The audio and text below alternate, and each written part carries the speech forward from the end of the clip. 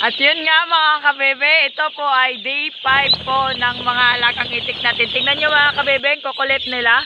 At ito nga mga kabebe ay magpapakain po tayo ng mga alagang itik. At ito nga, sabayan nyo ako mga kabebe, ang day 5 ng mga alagang itik natin, mga duckling. Tingnan nyo, dito na sila.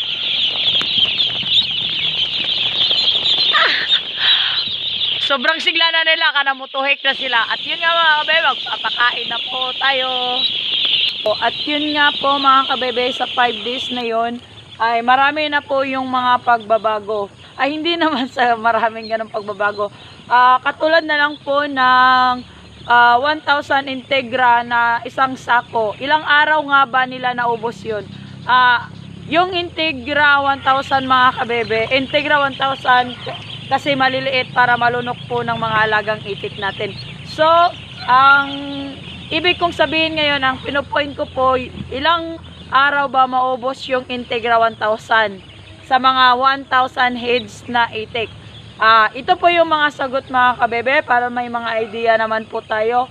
Yung integra 1,000 po natin mga kabebe ay naubos po nila ng 4 na araw yung integra 1,000. Tas yung vitamins nila mga kabebe sa na Aquadox, ang naubos po sa 4 na araw ay mga 15 yata na piraso o mga 15 na piraso kasi nagtitimpla kasi ako sa isang araw 4 po na sachet po ng Aquadox.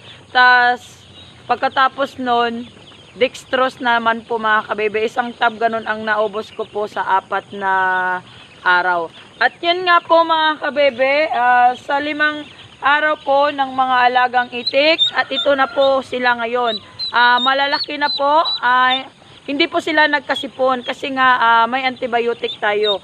Kahit po wala silang sipon mga kabebe ay kailangan din natin po antibiotic talaga.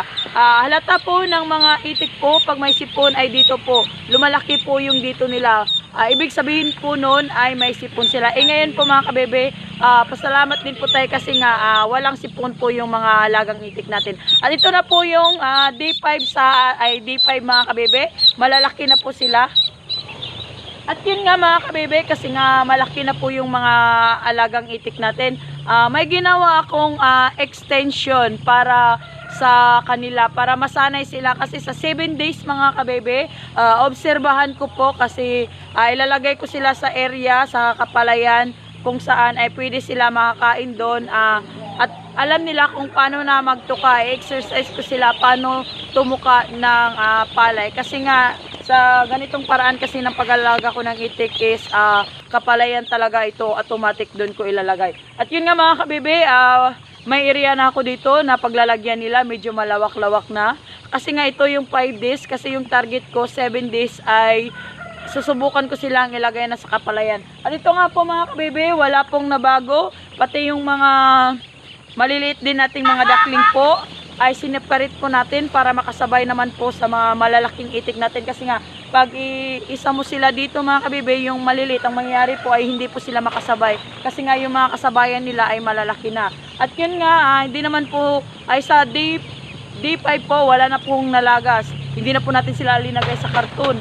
Alam na po nila yung mga ginagawa nila. At yun nga mga kabebe, bago po natin pakainin pala yung itik natin, yung mga duckling natin, ay kailangan muna natin sila lagyan po ng patubig, vitamins or ano ba yung gusto nyong ilagay. Basta importante na may vitamins, antibiotic. Yun importante, papainumin mo muna natin sila bago natin sila pakainin. Kasi nga number 1 is baka pagkain, linagyan mo ng pagkain, wala ka pang reneeding pan, mabilao ka, ikaw pa naman kumain walang tubig, mahirap yun. At yun nga mga kabebe, yun lang muna yung marites natin ngayon. At ito nga po, nagpakain ako ng itik ko is mga mag-aalas 6 na din, maliwanag na kasi nga itong itik kailangan din nila maliwanag at kumain. At yun nga mga kabebe, yun lang muna yung update ko, update ng duck girl nyo. Sana po may natutunan kayo sa day 5 ng pag-aalaga po ng itik natin. Ako ko pala yung duck girl ng Bukidnon, ang nagsasabing salamat po, magandang buhay po sa lahat. Thank you for watching.